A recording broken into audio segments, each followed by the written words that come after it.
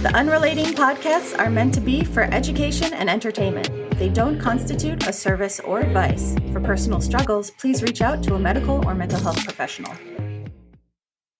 Do you ever think about what your spouse was like when they were in, let's just say, kindergarten? Yeah, and when we go back home for the holidays, we like to look at albums. So I see pictures of him as a baby and as a toddler and all that. And it's so cute to think about what he was like, or we'll pass his high school and I'll be like, what was little Dave like in high school, kind of wandering the hallways? I think the same thing too with Ryan. I see pictures of her and I always like, oh, she's so cute. And she says the same thing about me. But now imagine if we started dating in kindergarten.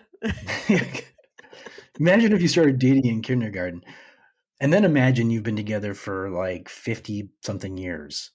Our next guests have actually done just that. The idea that you would know someone your entire life and then be in a relationship with them for most of your life, and what that would be like to grow and change together. I'm just really excited to talk and hear their perspective.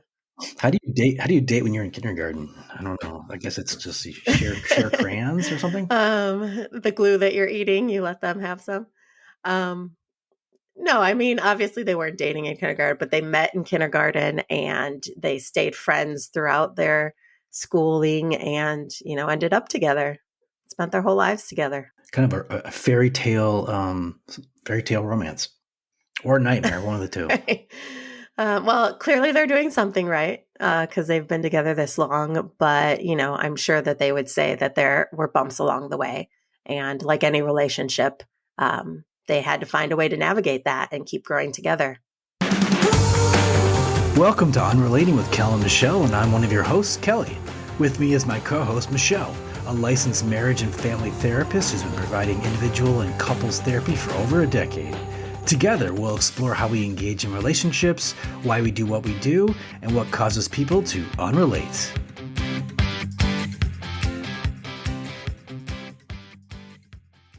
Joining us today are Dom and Cyn from the Bay Area, and they have been together for how long, guys? 60 years. We've known each other 60 years, but we were married. So you met in kindergarten? We met in kindergarten. We met in kindergarten in Mrs. Shutway's class. Yes. And we're still friends with several people from our kindergarten class. Yep. And so we went through kindergarten all the way till 8th grade in the same school. She was the only common denominator from kindergarten through 6th grade in all my classes. Everybody moved around. There were multiple first, second, third, fourth, going on. But she was the common denominator in my first 7 years of schooling. Then she moved across the hall in 7th and 8th grade. Oh, no. Yeah. So we had the same teachers. Yes, but we hung out with the same people. And we still, for our 60th birthday, actually, we went to New Orleans and met up with 2 of our kindergarten friends.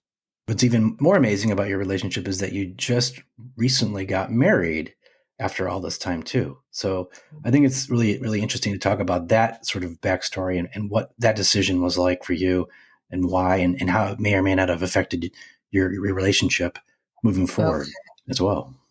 Well, we decided, I think the pandemic made things a little bit, I don't know if you want to say clearer, maybe it changed our thinking about the legality, the laws in California of marriage and, what happens if you're not married, when you go to the hospital, if there's, financial health insurance, all of that Social kind of Security, stuff. all these things. I think it kind of really, that changed, really.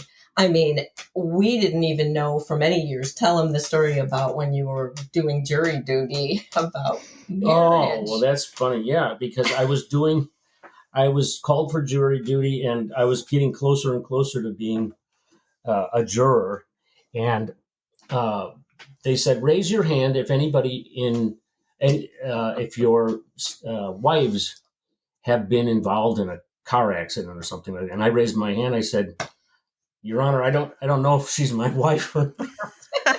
I said, we've lived under the same roof for decades. And the two lawyers on the case in perfect unison said, "You're not married."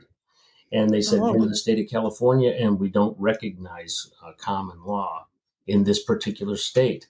So I thought, well, we're certainly lived together under the same roof I said, well, here's a question for you.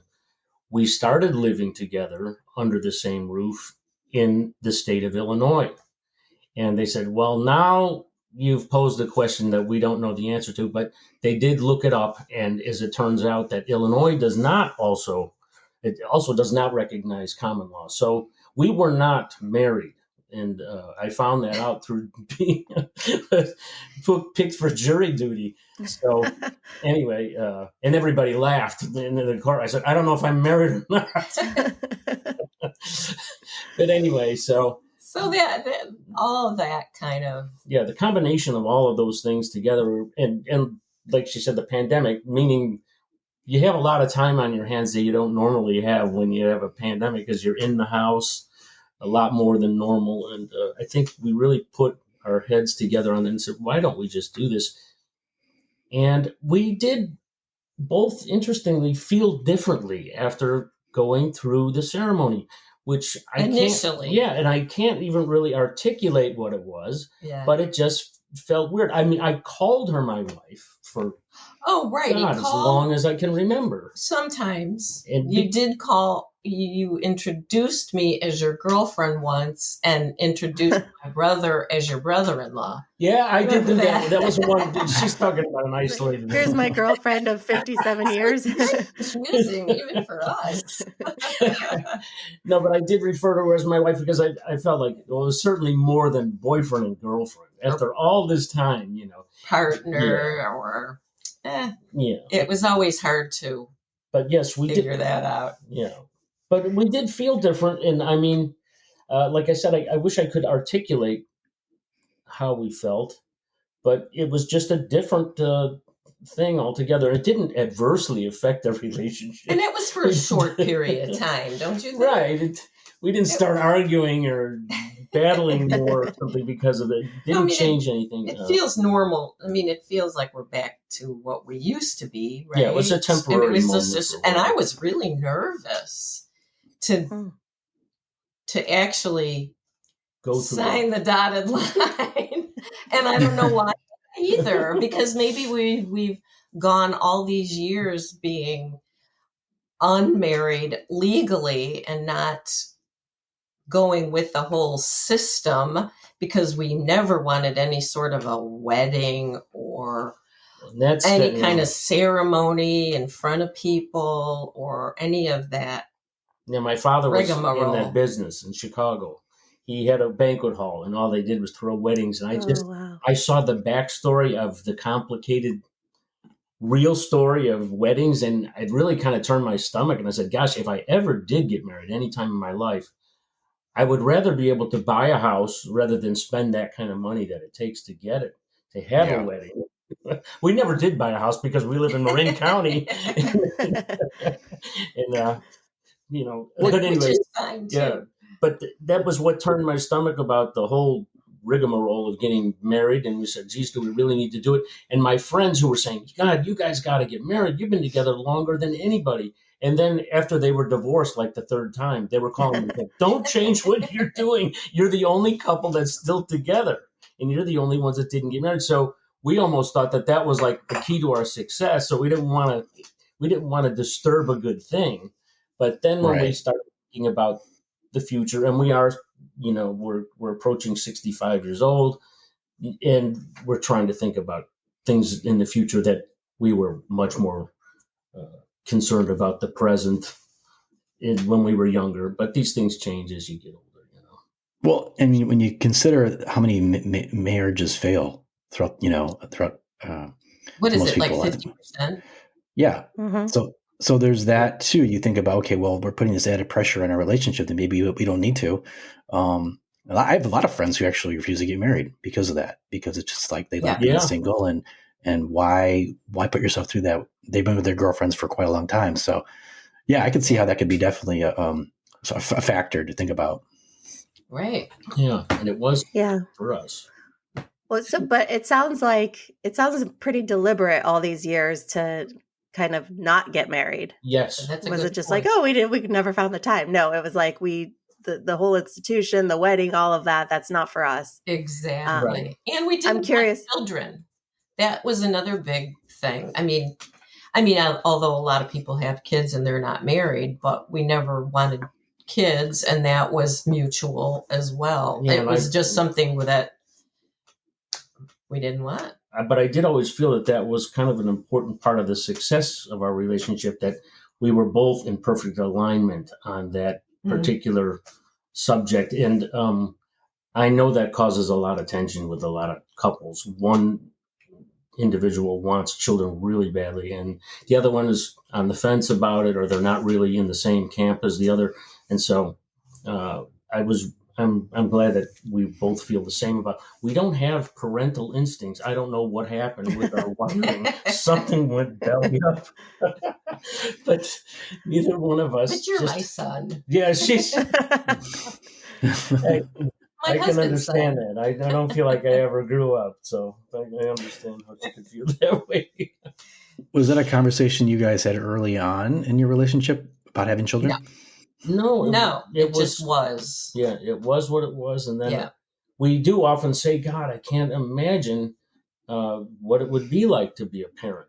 I don't want to know. Actually, I'm not really interested, but it's just. Well, and I never, like you said, I never had a maternal instinct for children. I never really played with dolls. I'd get a doll for Christmas. There it would sit on my bed until next Christmas, when my great grandma gave us dolls for Christmas. So, Well, what I love though, and I don't know if lucky is the right word, but that's what's coming to mind for me. The luck you have that both of you were consistent with that value. Yes. Because that's a long time to be together where neither of you changed your mind or felt differently. True. Yeah. Yeah, I never thought of it quite like that, but you're right. We never did. Yeah. I mean, you took care of the horse, and that was and also that was your paternal and because I taught music, and I did notice this about a lot of teachers that I know that don't have children, and I wonder if their job is filling that part of their life, because I had a lot of students, and a lot of them were really young, and they were young kids, and I enjoyed spending time with them and enjoyed teaching them. I mean, one student I had, he never touched a guitar in his life, and the next thing I knew I was doing with him was signing off, and he was going to the Berklee College of Music, and he got in. Wow. And he was amazing. He turned out to be a really good musician. And I'm not taking credit for all that. He was a really dedicated kid.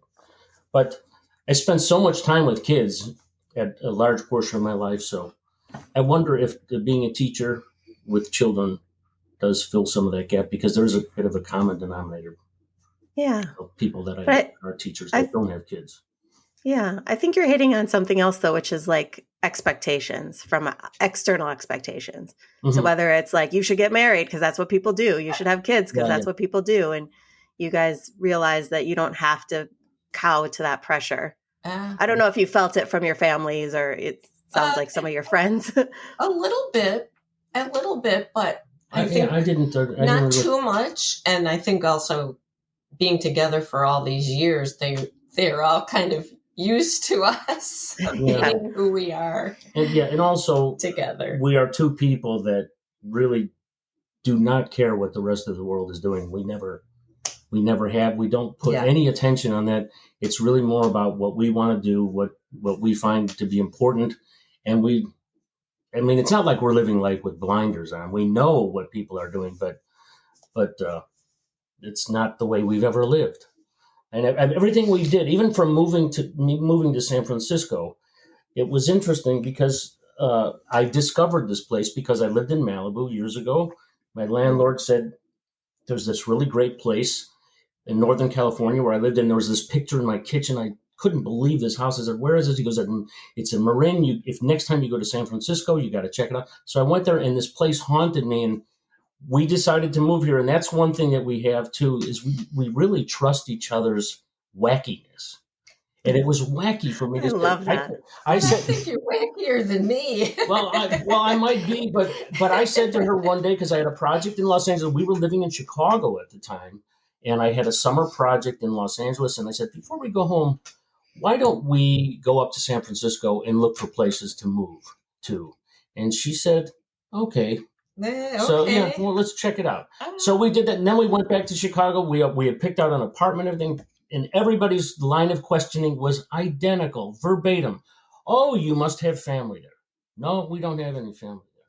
Oh, well, you must have jobs lined up there. No, we don't have any jobs lined up there. Oh, well, you must have friends. No, we haven't. We had no friends, no family. We just knew that this is where we had to be. And I actually I had to talk you into it a little bit. And I said to her, I said, it was scary. believe me, you will be kissing my ass about this later. But she went with it, and I'm so glad she did, because we're here now for in our 38th year of living here, and we pinch ourselves every day, because it's, at least I still love it as much as I did the day we got here, maybe more. Yeah. And I really think it's a unique place on the planet in so many ways. I could sit here and talk to you for days about that, but regardless, we adore where we live, and every time we go out for a drive, we say, this is worth living at the price of what it takes to live in California. Some people I was listening to recently said, but just think of it as your club membership. Yeah, it is more expensive to live here, but what you get for being here is far outweighs everything else. And so we do that. We're driving around like, oh my God, look at this. And that's another thing, speaking about a relationship. Yeah. And so we make it a point. Oh, yeah. Every week of our lives, we have to go do something we've never done before. And it could be something very simple, a restaurant, go to an art museum and see something we haven't seen before.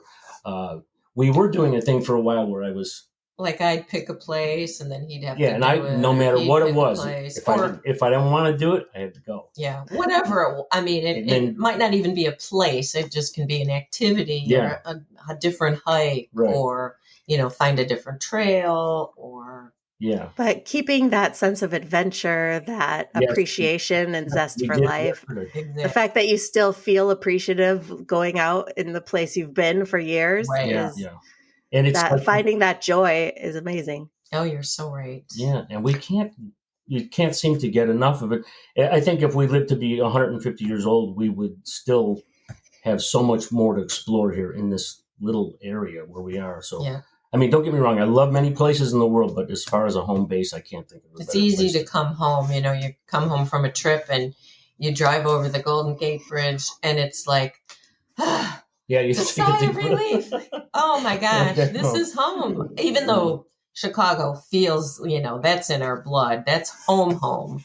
But this is our home base, and it's pretty darn nice. Yeah, so that was a crazy thing we did, but and then with those little dates, they were kind of different. She's a little bit more sophisticated than I am. Let's go to the art museum, and I say, okay, next week we're going to the nude beach.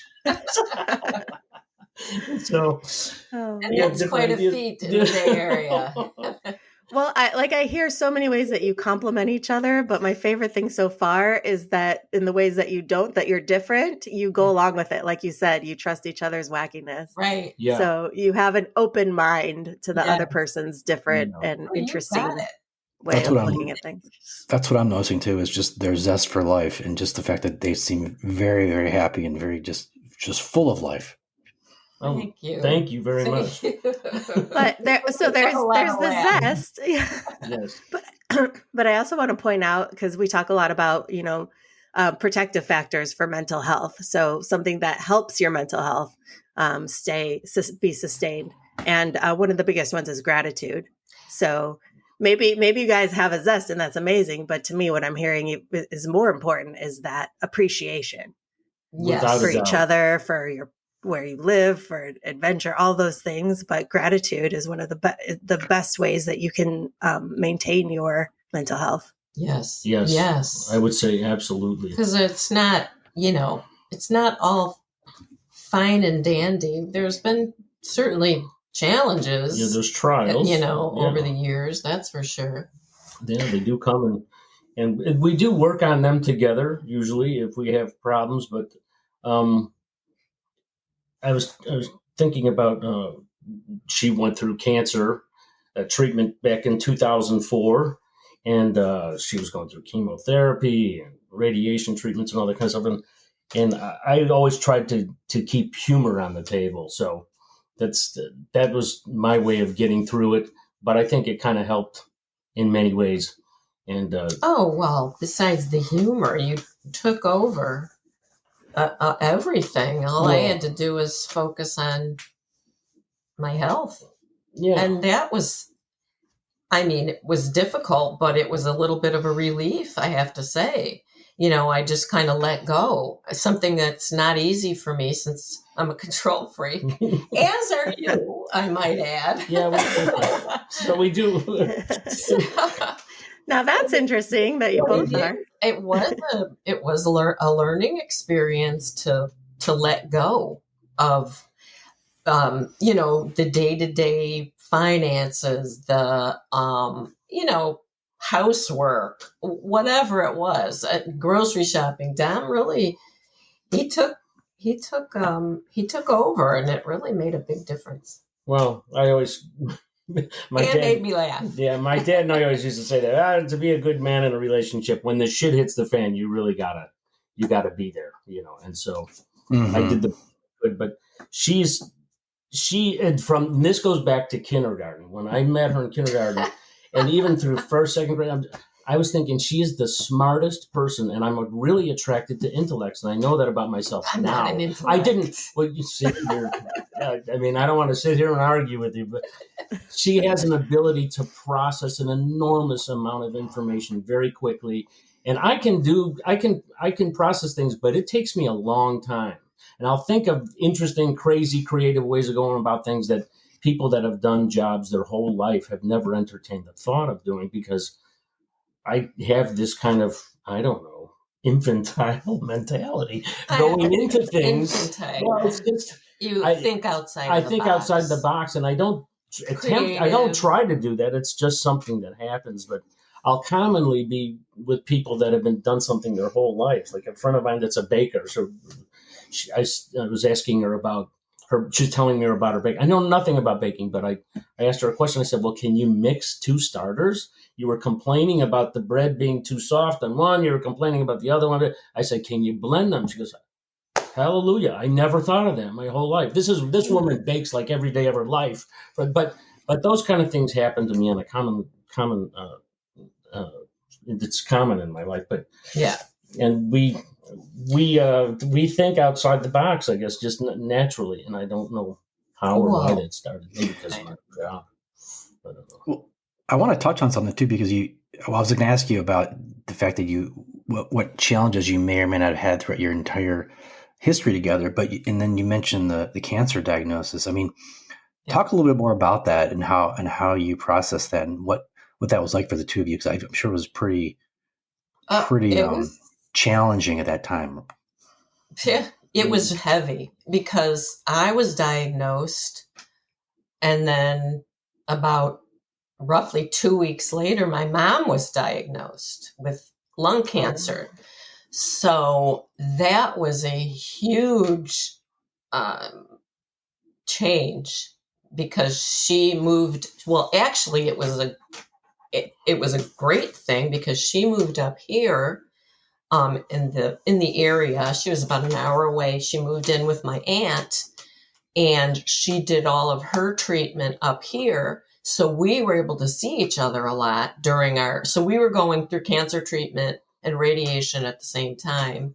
And Dom's mom was sick in Chicago as well.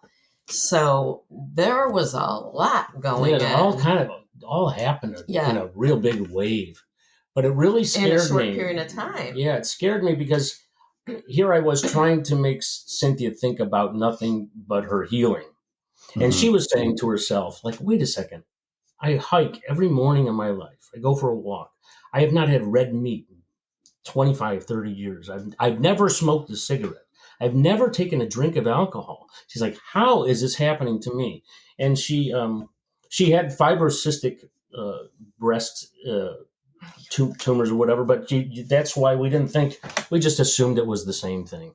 And this one time it wasn't. But anyway, that news about her mother really scared me because I thought, oh man, I wanted her so badly to be concentrated on her own wellness. And now I know her because she's the most selfless person I ever met. I know so much of her energy is going to be going towards mom. And so that kind of scared me. But one of the things that I think really was a huge breakthrough for us was there's a guy up here in the Bay Area in a little town called San Anselmo, and he's a Chinese medicine doctor. And I went to him and I said, hey, look, my wife's going to be going through chemotherapy and all these really harsh treatments. What can we do for her that will replenish a lot of the stuff that's being taken out of her body? And this guy, oh my God, he was the voice of calm. Yeah, he worked with he worked with my oncologist as well. So the oncologist was very interested in integrative health and wellness. So, and he started a huge program. So it all kind of just came together. Yeah. And it was with, acupuncture and ginseng and herbs and supplements and exercise. And the oncologist was on board. So it all, and I thought that all worked together. There's the price of club membership right there. Yeah. Not many places in the world will allow Eastern medicine and Western medicine to get together and work harmoniously together. Now, also, I was at literally every single treatment that she had. Yeah. And even before her protocol was to get the surgery after a line of her chemotherapy, and even her own oncologist, when doing the breast exam, he's like, it's gone. He was in shock how good that system worked. And I think the other guy, the Chinese medicine was also, but also what mainly made me excited about this measly $300 a month investment in herbs and whatever it was, I think it was about $300 a month. It's so much more aligned with her psyche and who she was about. And that to me, because she was, what most people don't realize is that, you want to go through cancer treatment, fine, but your insurance company is only going to pay for Western medicine. They're not going to pay for the other stuff. And so this was something we knew how harsh going through something like that was. We were aware of it, and it didn't align with who she was. But I never even took an aspirin. But anyway, before that. So that was exactly so. So the whole thing was obviously challenging, but I think that part helped because we felt like we were more, or I was more in control of it, not just, or at least that you had choices exactly that you could be empowered by. Yeah, right. So that helped, and just my mom being here, that we could be together and help each other out. Yeah. So ultimately, and sadly, she didn't make it, and Dom's mom didn't make it. So that was hard. Yeah. I also want to just acknowledge the aftermath too, because Dom, especially for you, if you're, focused on caretaking and the fear and everything, and then a period of recovery happens, it doesn't mean everything's fine again. Right. Sometimes the caretaker kind of crashes after that. Right. They've been strong for so long. It did take a little bit, but he did. You're right. He did crash, and it was an odd. I'm just thinking about your sciatica. Issue. Yes, and it was right around that time. It was totally emotional that brought it on. But again, in hindsight, he worked really hard to get himself back to, because his leg was starting to atrophy, and the acupuncture was telling him to do one thing that was helping, but he just got back on his bicycle, and not because she told him to. She told me actually. She told him not everybody to. Said, don't do that. Don't get back on the bike. This is not a time to do that. And I was just so frustrated. I got on my bike one day, but I realized about 45 minutes into the ride, I said, God, this is the first time I felt good in 4 months. I feel no pain as I'm riding. And I think, wow, my choice is to either be riding my bike through beautiful Marin County or laying on the floor screaming in the house. I think I'm going to take the bike. Anyway, then I went to my next acupuncture appointments, And she said, "What are you doing?" And I thought, "Oh, I'm busted. She must sense I'm doing something rules here."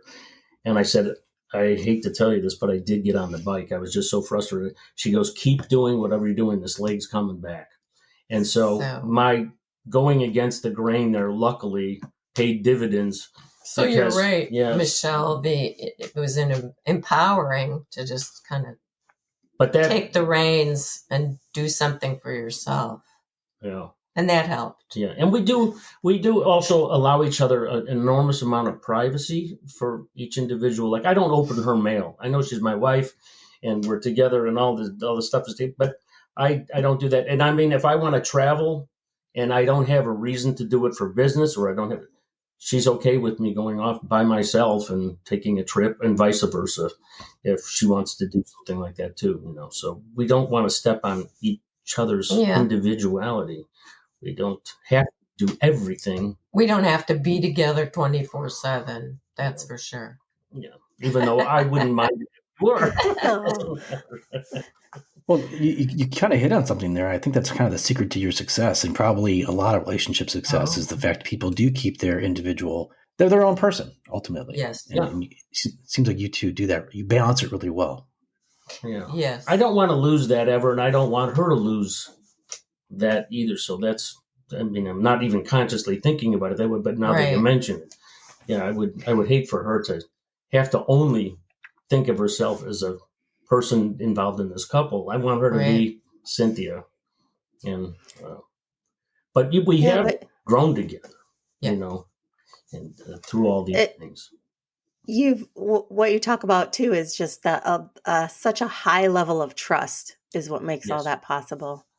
And I don't know if that has wavered at all through the years with different things that have happened, but for you to sustain that level of trust in each other, so that if Dom goes off on a trip, you don't start spiraling and saying, "Oh, is it because he doesn't love me anymore? Are we growing apart?" A lot of people have that internal monologue that takes them down, that drags them down. Never. Yeah. Yeah. And I think the trust also is the accumulation of all the time that's passed. Yeah. And that, so, maybe it wasn't that trustworthy in the beginning, but as we grow, and then now you've got this many years behind you. That makes me think, because sometimes when I'm helping couples who have had some kind of infidelity or a breach in trust, we talk about like a really simple equation, which is trust equals consistency over time. So that's exactly what you just said, that over the years, you have consistently shown each other that you can trust each other in good faith. And that consistency is what has kept the trust alive. Yes. Okay. Yes. Also, something that I see that's kind of like forbidden in a lot of couples, and it's not in ours, but we both have friends that are of the opposite sex that we get together with, whether it be for coffee or, I mean, they're also friends. They become friends of hers, or through time, or they know, we all know each other at first, but she's okay with me going to have coffee with my friend, and I do it pretty much every week with a really good friend of mine, And it's funny. I heard another friend of mine. She said, I told her she's got nothing to worry about. When we were first hanging out, me and this other girl, we met at the horse barn years ago, and she said to her friend that I was hanging out with, she said, "You never have to worry about Dominic. He's so madly in love with his wife. You've got nothing to worry about." So I don't think there's a whole lot of jealousy. No, not at all. I'm not at all jealous. She worked in a career for at least 11 years, taking 13. The famous book authors on their book tours when they would come here to San Francisco. So every night of her life for 11 years, she was with very high profile, very successful authors. Only the top, I think, 5% of the authors even tour their books that they're allowed to, so she was with these people all the time, not to mention Lauren Bacall. I mean, a lot of them were women, but most of them were men, but I never even thought about it as I never thought about it until somebody would say, "Oh my gosh, Dom's okay." I was like, I never thought about it. Oh, I guess so. It's just work.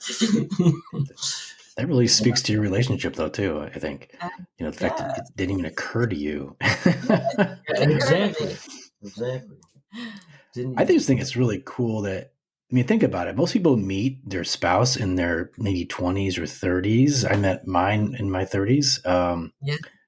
I got married at 40, but you guys have known each other since you were little kids. I mean, Yeah. the evolution of your relationship is just, you've seen every single aspect of your lives. All the phases. That is All the for sure. phases. Yep. Yeah. Yep. I It's mean, and we talk so about rare. friends, and like we'll have little inside jokes about different people or something that might have happened. And, like we'll talk about the enormous amount of food we have in front of us and call it a Yeah. Mr. and Mrs. Okay, Mr. Blank, are you going to eat all that? And it's because we witnessed a friend of ours from grade school, their parents at this pizza parlor. And we were probably in our 20s at the time, and we saw them, and they consumed a pizza that was like the family style, and then just the two of them, they walked out without leaving a piece. So now, I mean, from that day forward, I'm feeling that we're going to be Mr. and Mrs. Blank today, when I know that we're on this eating frenzy or something. Well, I'm curious because you guys have so many strengths, but obviously around you, like you said, other people are divorcing, and I'm sure people come to you and talk to you about the stuff that they get hung up on. Yes. I'm curious what you guys would say is, kind of a pitfall that you've seen with other people that you haven't had to fall into, but where you're like, oh, this couple, what are we going to do with them? I can't think of anything specific, but I do think what always comes back to me is people incessantly working on their relationship, working on it. And I just kind of feel like if you have to work so hard, maybe it's just not working. Maybe you need to move on. We think of it as a car. Like, God, if you got to keep on working on it, the car is just not working. Yeah. Get a new one. Not that it's easy to get a new spouse. We're certainly not disposable people. That is definitely something that we notice, that some people, oh yeah, we're working on this relationship. And I'm thinking, oh my God, I just can't imagine being in a relationship where 90% of your thought process and energy has to go on trying to keep this thing together.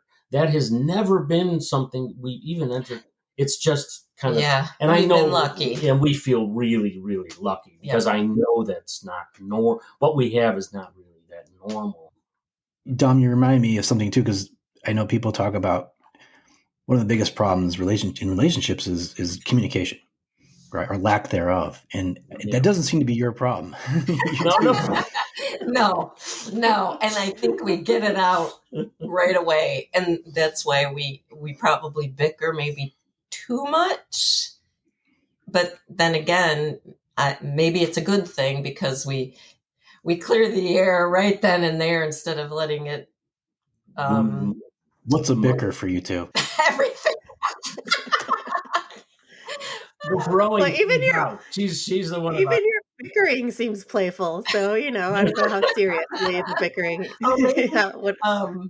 Maybe who's going to vacuum, or I don't know. Pretty meaningless. Yeah, it's meaningless stuff. It's not that.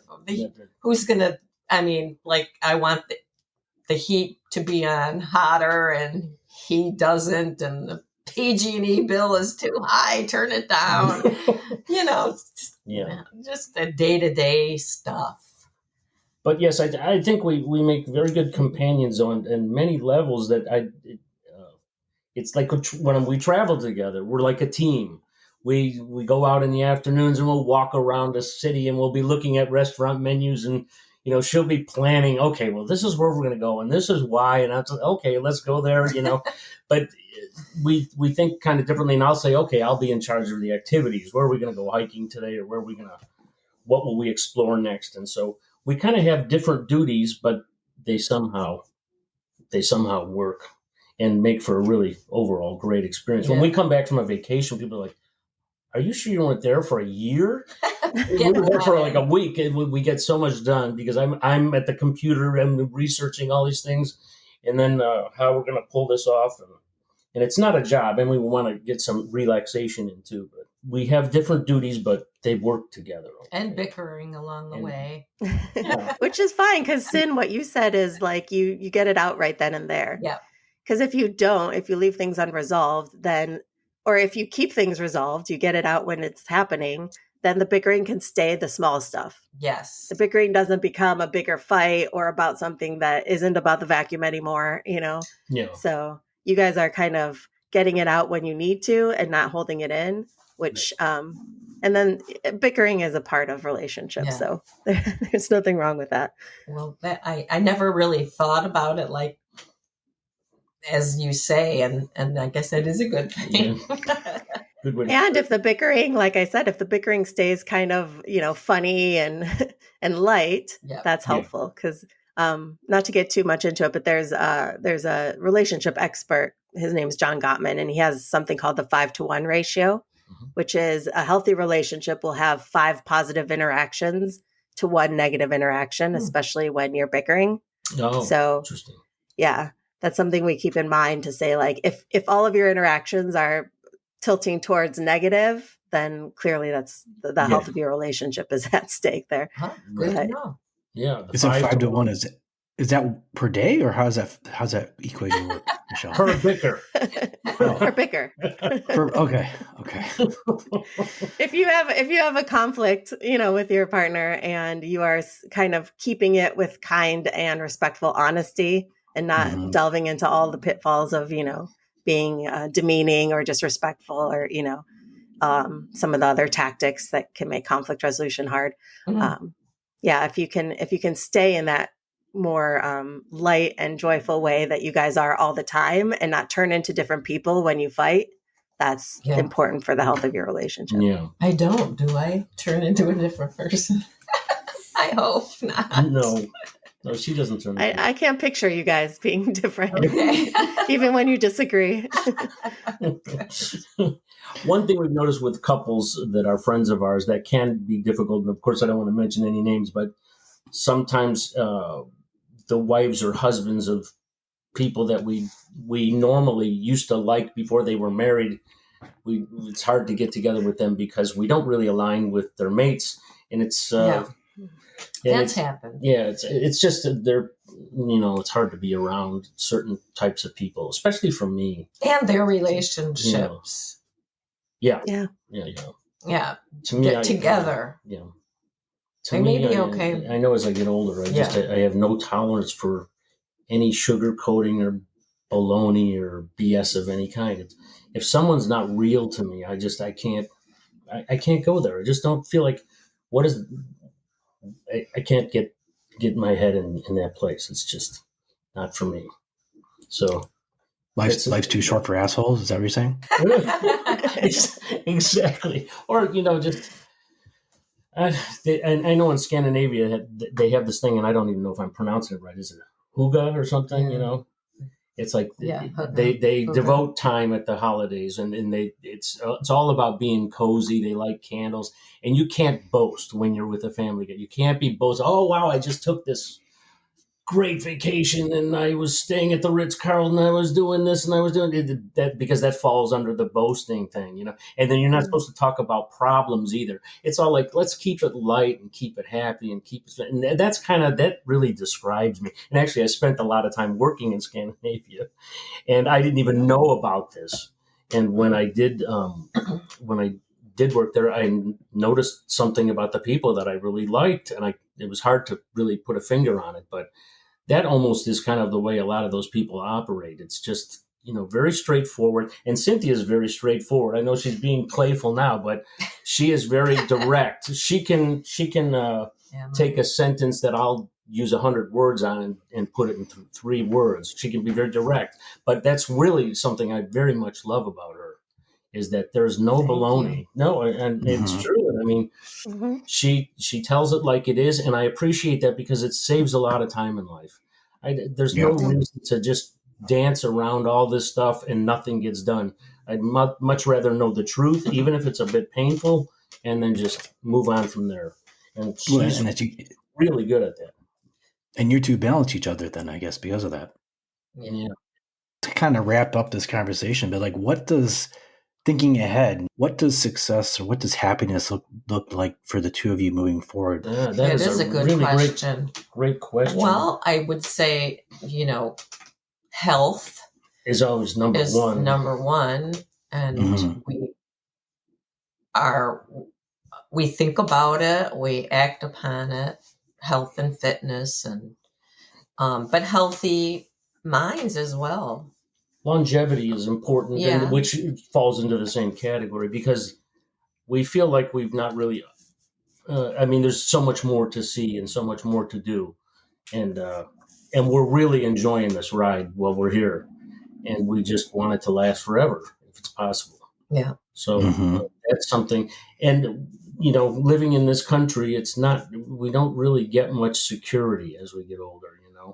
I know I've seen people that say, "Oh, I'm set for life. I'm set for life." Boom, one financial pitfall, it's all over with. And so we don't have some of the same services that other countries have and all that. So I'd have to say that I am a bit uneasy about the future in terms of like, wow, how are we going to do this? We live well now. We have an income that covers us, but when things get when things might slim up in terms of financially later in life, and how is the healthcare system going to be when we may be really requiring some services and stuff like that? So it's a concern. Where these concerns in Scandinavia are way less because Yeah. they know that they're going to be taken care of. I was walking through Copenhagen with the person, and there was a homeless guy, and he screamed at the guy, like, "What are you doing this? There's no reason you have to do this. We'll give you an apartment in this place. You don't need to beg for food." And so I think there's a bit of uncertainty Yes. in the future that scares both of us. We're normal in that way, but I think that's kind of normal. Yeah. But I hope that we can live forever because I want to live a long time and I want to live a good quality of life as I get older. Right. So, Mhm. I think a lot of people share that same sort of concern and fear. Yeah. don't you think so? I think, oh yeah, for sure. I think the Did secret that even is answer your to, question? I forgot what the question was. no, it's actually, you wrapped it up quite beautifully, actually. Oh, Well, good. health and happiness are kind of the same in many ways. They're Yes. good partners. Yes. I know a lot of people talk about how, as you age, taking care of your body. The best investment you can make is in your body, really, because it'll obviously take care. You take care of it; it'll take care of you as you get Yes. older. Yeah. So I think And you two are models for that. Oh, thank you. Thank you. Well, we do work on it. It's a work in progress. Yeah.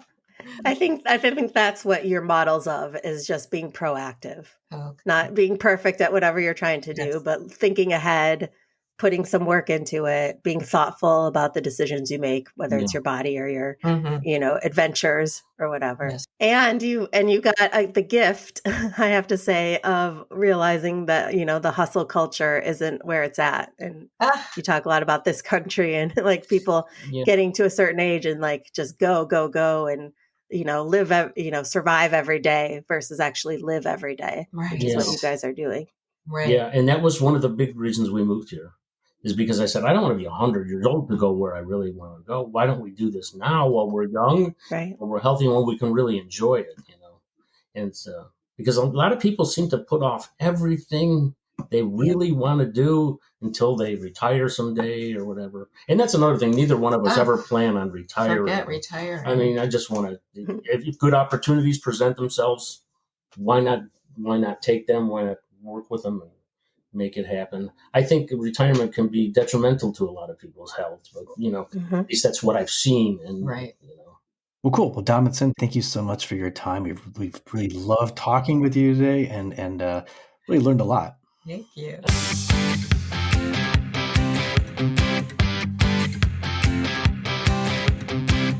We just had a great conversation with Dom and Cyn about their decades-long relationship. Before we get into takeaways, I just want to acknowledge, like, I was so invigorated by their chemistry and their dynamic together. It's just like the word joy keeps coming into my mind. Just the fact that they are loving life and taking full advantage of life and doing it together. And they were so playful together and just funny and fun. I don't know. I've just felt very refreshed and inspired. I found the relationship very inspiring, and then the fact that they've actually had these health challenges. Also, if nothing else, it strengthened their relationship and their bond even more. And that's something that a lot of couples may or may not even face in their lifetimes. So that's something that I think is a credit to them for dealing with it so well and successfully, and prioritizing each other so much. I think too, we said they're a model, but more so, it's just that they're authentic. They weren't presenting themselves as this perfect couple or like, hey, we do everything right all the time. It's just like, we are who we are. We respect each other. We are our own individual people, but also in a relationship where we work together as a team, and we hold a constant kind of sense of appreciation, which to me is such a key to relationships, that appreciation piece. So that's where I think that they really do model a healthy relationship. And I really got a sense of they respect each other so deeply. Yeah, to be together for, what is it, 57 years or 60 years now, and in natural conversation be praising each other. Think about that. Mm-hmm. Or they're giving each other compliments in just a normal conversation. It's so cute. We talked about bickering, and who doesn't bicker, right? But you can bicker in healthy ways, and it sounds like they do that. I think I bicker, we bicker, who doesn't bicker with their spouse or loved one? But at the end of it, if you can find a laugh or find some positivity after that, I think that goes really a long ways. And that's something that I try to do in my relationship. When we do say have a bicker or a argument, it ends on a healthy, fun note, if possible. Right. Versus, Right. And again, that goes back to respecting your spouse and respecting your loved one. And, at the end of the day, you're not enemies, you're partners and you're friends. And they mentioned that they're friends. And that's something I think, and this, Michelle, that comes, I think, first in many ways in relationships. You can, romance can only take you so far. At the end of the day, you need to have a solid relationship and friendship. Yeah, well, the one thing that friendship does is it takes the insecurity of a romantic relationship off the table, or it takes the sting of that away a little bit. So if you have a strong foundation as friends, think about it. You're not with your friends, you're not so like hung up or in your head or insecure. Like, do they love me? Am I, pretty enough for them, or whatever it is your brain is thinking? You don't really think those things when you're with your friends. So if your relationship has a friendship foundation, you're less likely to get into the pitfalls of those romantic insecurities. Not always, but sometimes. Mm-hmm. I would say too, with the bickering, the concept of bickering should be like something dumb or small that you're bickering about. Bickering is different than arguing or fighting. So one thing that they do is talk about things as they come up so that the bickering doesn't turn into a bigger issue when you're not bringing your baggage into it. If I'm bickering with you about leaving your towel on the floor, it's really about that and not about, 500 other things behind that. Yeah. So that's the problem with a lot of relationships where there's bickering, if the bickering is about more than what the dumb issue is right in front of you. They say communication is key, and I think Dom and Cyn definitely prove that with their relationship because they seem like they've got that part nailed. I mean, I could go on and on about all the different strengths that they have as a couple, but both of them just feeling that zest for life is certainly a contributing factor to their success. If you're struggling with family, friends, or coworkers, in a bad relationship and wondering what to do, or you want a relationship and to set yourself up for success, then we want to talk to you. So make your appointment on Unrelating. To be a guest, ask a question, or recommend a topic, drop us an email at theunrelatingpodcast@gmail.com. And be sure to follow us on Instagram or Facebook.